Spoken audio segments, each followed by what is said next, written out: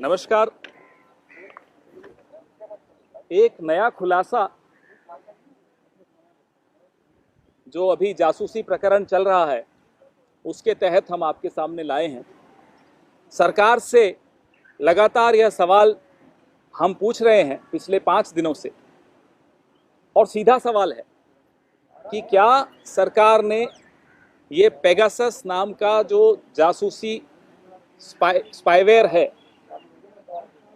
खरीदा है या नहीं। इस बात का जवाब सरकार अभी तक तो नहीं दे पाई, और ना भी नहीं कर रहे, हाँ भी नहीं करते, ना भी नहीं करते।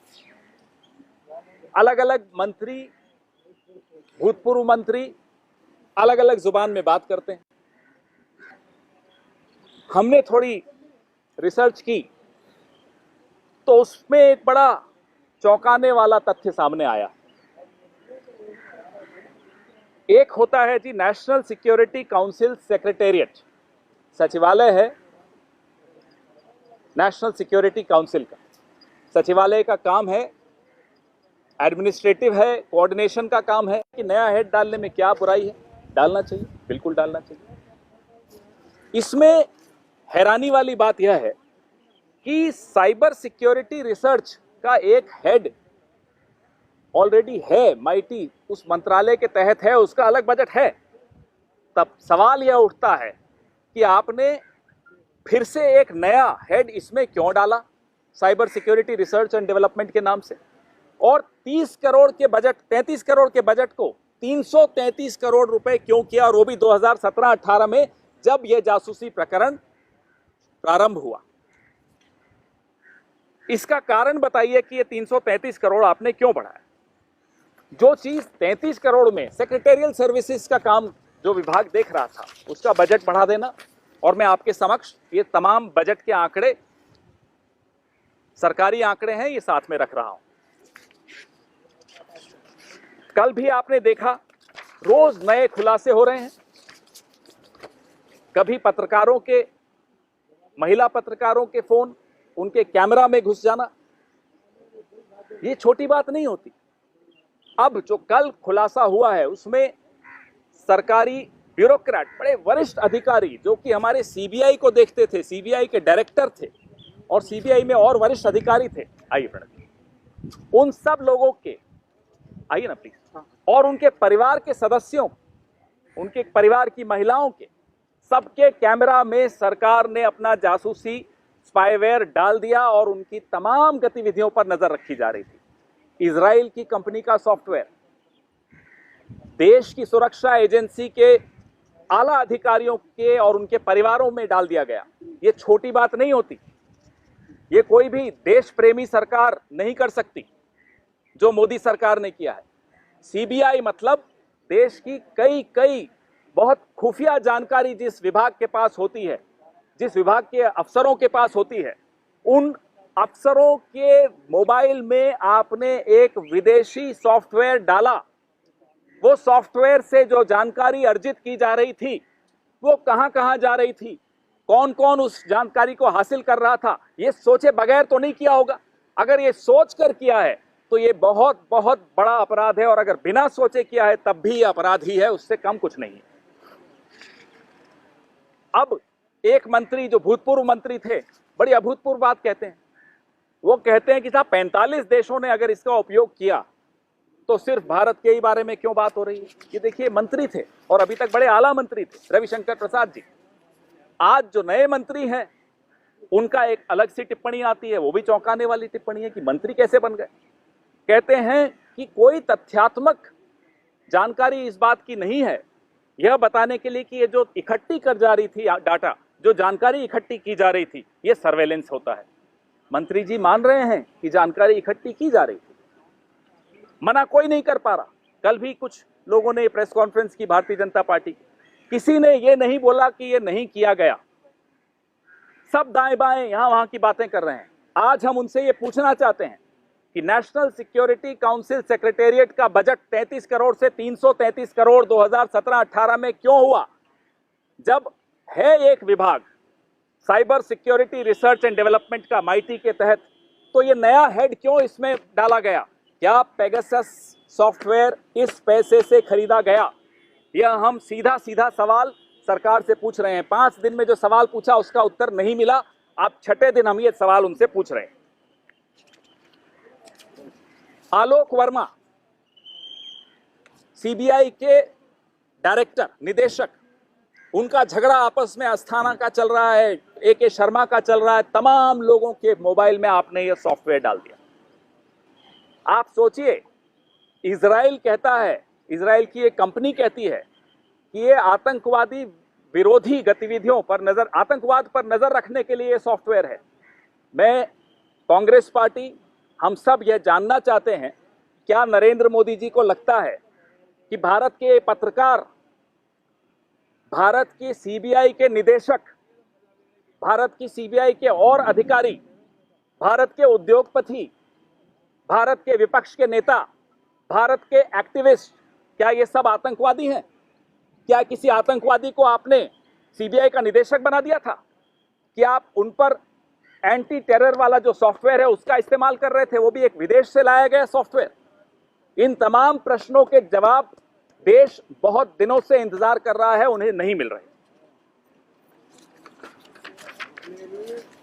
जिस कंपनी के मालिक को आपने राफेल, गलत तरीके से राफेल में उनको पार्टनर बनवाया, उस पर भी आप नजर रख रहे थे, उसके एक अधिकारी पर भी आप नजर रख रहे थे, परिवारजनों पर भी आप नजर रख रहे थे। आलोक वर्मा जी जो निदेशक थे सीबीआई के, उनके परिवार के 8 सदस्यों पर नजर रखी जा रही थी, महिला, पुरुष, बच्चे, सब। क्या ऐसे सरकारें चलाई जाती हैं कि किसी के बेडरूम में क्या हो रहा है, किसी के बाथरूम में क्या हो रहा है, किसी के ड्राइंग रूम में क्या हो रहा है, किसी के किचन में क्या हो रहा है, आप उस सब पर नजर रखना चाहते हो? क्या ऐसे आप सुरक्षित रखोगे देश को, कि जहां देश को सुरक्षित रखने वाले लोग स्वयं सुरक्षित नहीं हो, उनके परिवार सुरक्षित नहीं हो? अब क्यों ये राफेल से इतना डरते हैं? यह साबित हो जाता है कि मोदी जी राफेल के नाम से थर थर कांपते हैं। आलोक वर्मा, अस्थाना, अनिल अंबानी के अधिकारी, राफेल की जो कंपनी है हिंदुस्तान में उसके हेड, सुशांत सिंह जो जर्नलिस्ट हैं, और तमाम पत्रकार जो राफेल पे जानकारी एकत्रित कर रहे थे, इन तमाम लोगों के फोन में ये सॉफ्टवेयर डाला गया, इजराइल का सॉफ्टवेयर डाला गया, और वो भी उसी वक्त डाला गया जब राफेल के ऊपर बहुत ज्यादा खुलासे आ रहे थे। तो आपको साफ सीधा सीधा दिख रहा है। और हटा कब दिया गया? जब सुप्रीम कोर्ट से इन्हें लगा कि थोड़ी राहत मिल रही है। वो राहत तो नहीं थी, लेकिन इन्हें जब लगा कि राहत मिल गई है तो इन्होंने वो सॉफ्टवेयर की लिस्ट से इन कुछ नंबरों को हटा दिया। साफ सरेआम दिख रहा है कि यह राफेल से घबराया हुआ प्रधानमंत्री, यह राफेल से थर-थर कांपती हुई सरकार ने अपने ही लोगों की जासूसी करवाई कि कहीं राफेल की कोई जानकारी यहां नहीं हो रही हो। आने वाले दिनों में क्या पता किस किस का नाम आ रहा हो, क्या पता कौन कौन से अधिकारियों का नाम आ रहा हो।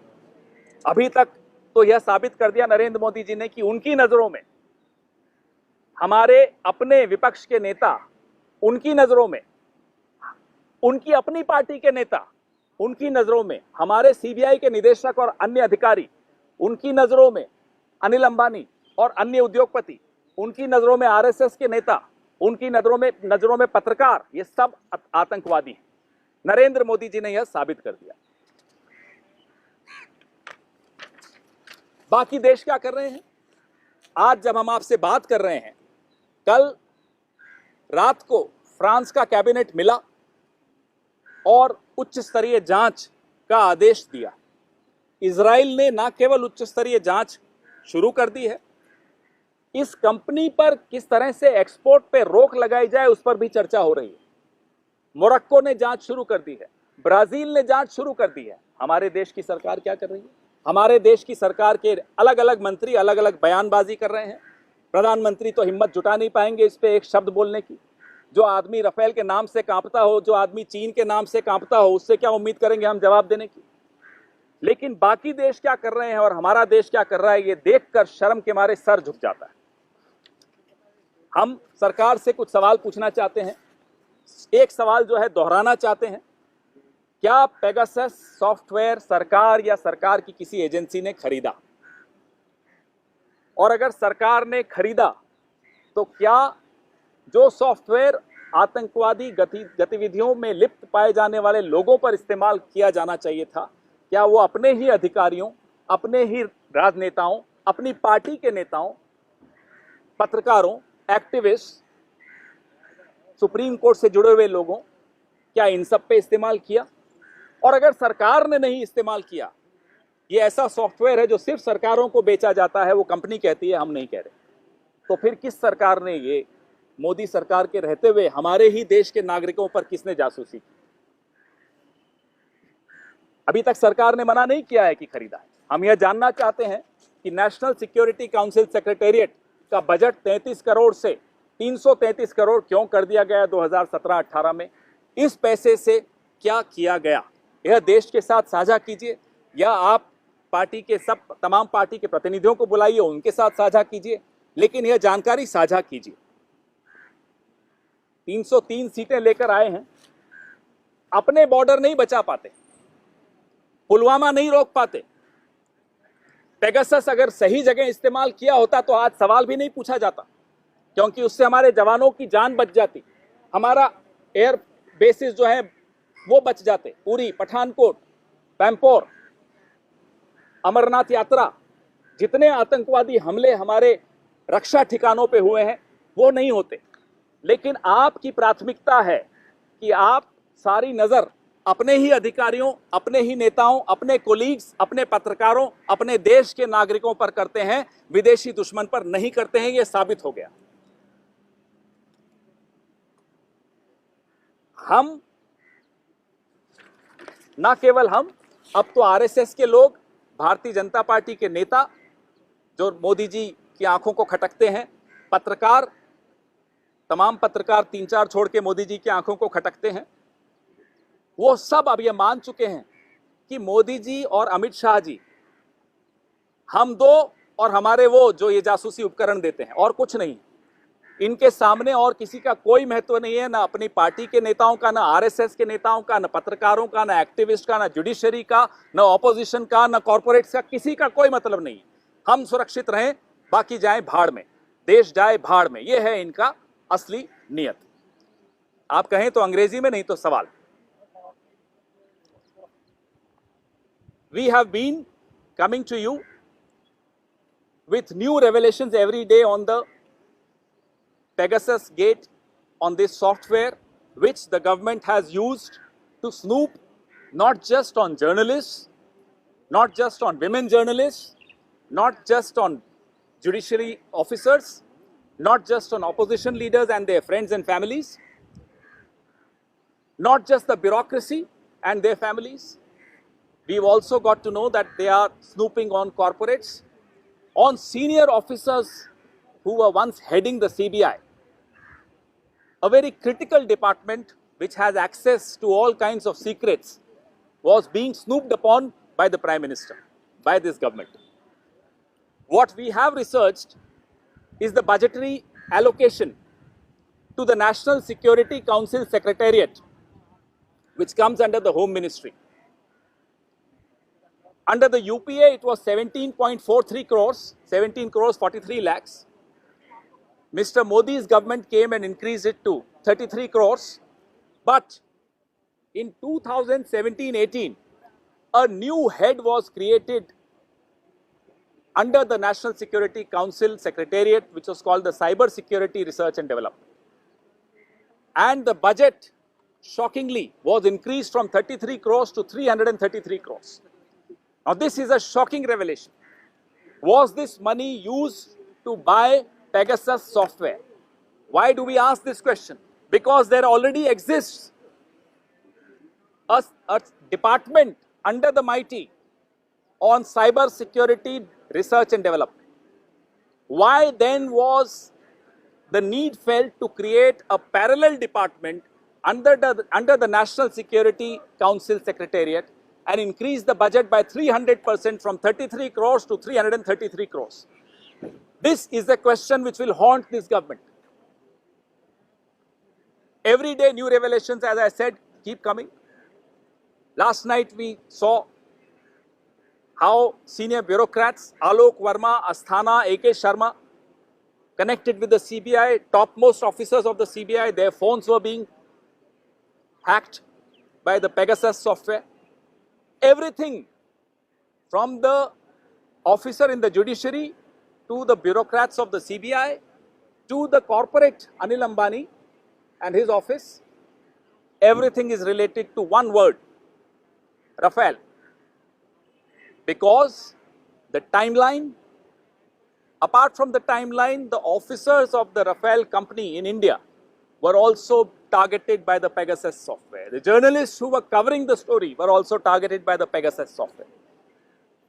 And the moment the government thought that it has procured a relief from the Supreme Court, these numbers were removed from the list. One former minister, Ravi Shankar Prasad, comes and says, why is India being singled out? 45 countries have used this. He is not denying that it was used. A new minister, Ashwini Vaishnav, comes and says there is no factual basis to say that this data was being used for surveillance. He is also not denying that there is data which exists, which was procured illegally by the government. Mind you, Pegasus, the company NSO, says that this software is for counter-terrorism.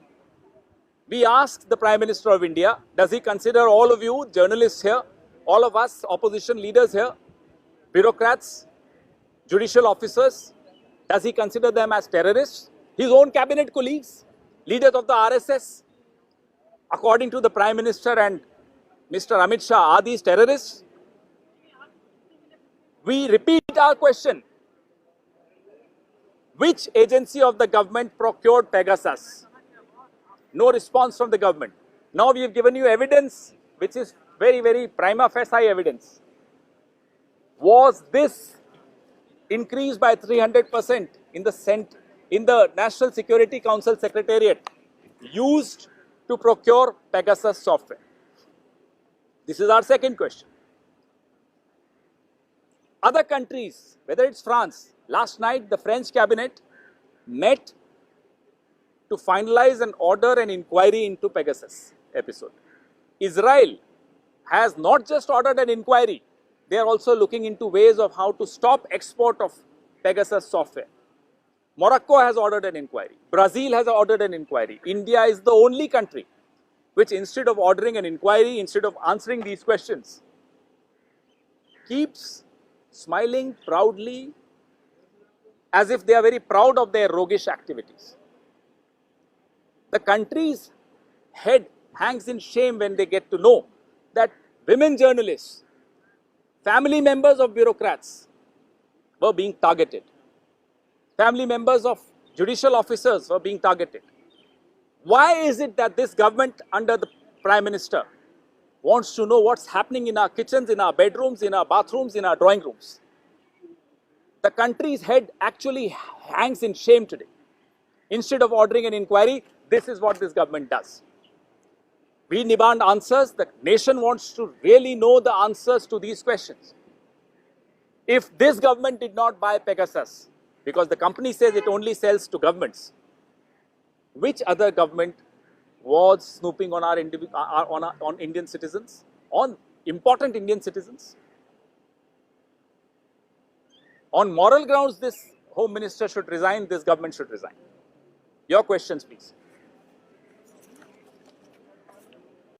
Rathore कह रहे हैं कि अगर राहुल गांधी को शक है कि उनका फोन टैप हुआ है तो उनको अपने फोन को इन्वेस्टिगेशन के लिए आगे दे देना चाहिए ताकि आईटी एक्ट के तहत जो भी जायज कार्रवाई बनती है वो हो सके अगर उनके फोन की टैपिंग या स्नूपिंग। सब कुछ विक्टिम करे, जो विक्टिमाइज करते हैं वो कुछ न करें। राजवर्धन जी अपना फोन देंगे किसी को? उनसे ये पूछ लीजिएगा, वो अगला सवाल आपसे नहीं ले पाएंगे।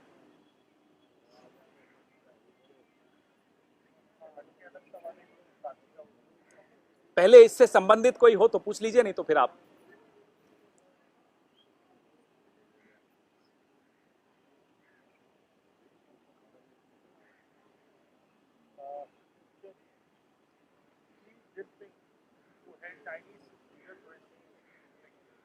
तिब्बत के उस एरिया में जो है दौरा किया है और पोस्ट वॉच जो है वहाँ रखा जा रहा है, हिमाचल प्रदेश से सटे इलाकों में, उसको कहते हैं कि कांग्रेस पार्टी। काश कि ये पेगासस का सॉफ्टवेयर देश के दुश्मनों पर इस्तेमाल किया जाता। ये हम बार बार दोहराते हैं। जिस सरकार की नाक के नीचे उरी में हमला हुआ, पठानकोट पे हमला हुआ, पाम्पोर में हमला हुआ, अमरनाथ यात्रा पे हमला हुआ, बॉर्डर सुरक्षित नहीं है, वह सरकार पुलवामा पे जवाब नहीं दे पाती। पुलवामा में आरडीएक्स कैसे पहुंचा सरकार को नहीं पता चला। पुलवामा में हमारे 45 जवान शहीद हुए, सरकार नहीं रोक पाई। पेगासस क्या देश के नागरिकों के लिए है, सीबीआई डायरेक्टर के लिए है, देश के उद्योगपतियों के लिए है, देश के पत्रकारों के लिए है, देश के न्यायिक अधिकारियों के लिए है, देश के विपक्ष के नेताओं के लिए है, अपनी ही पार्टी के नेताओं के लिए है, देश के दुश्मनों के लिए नहीं है। यही हमारी बात बार बार हम दोहराते हैं।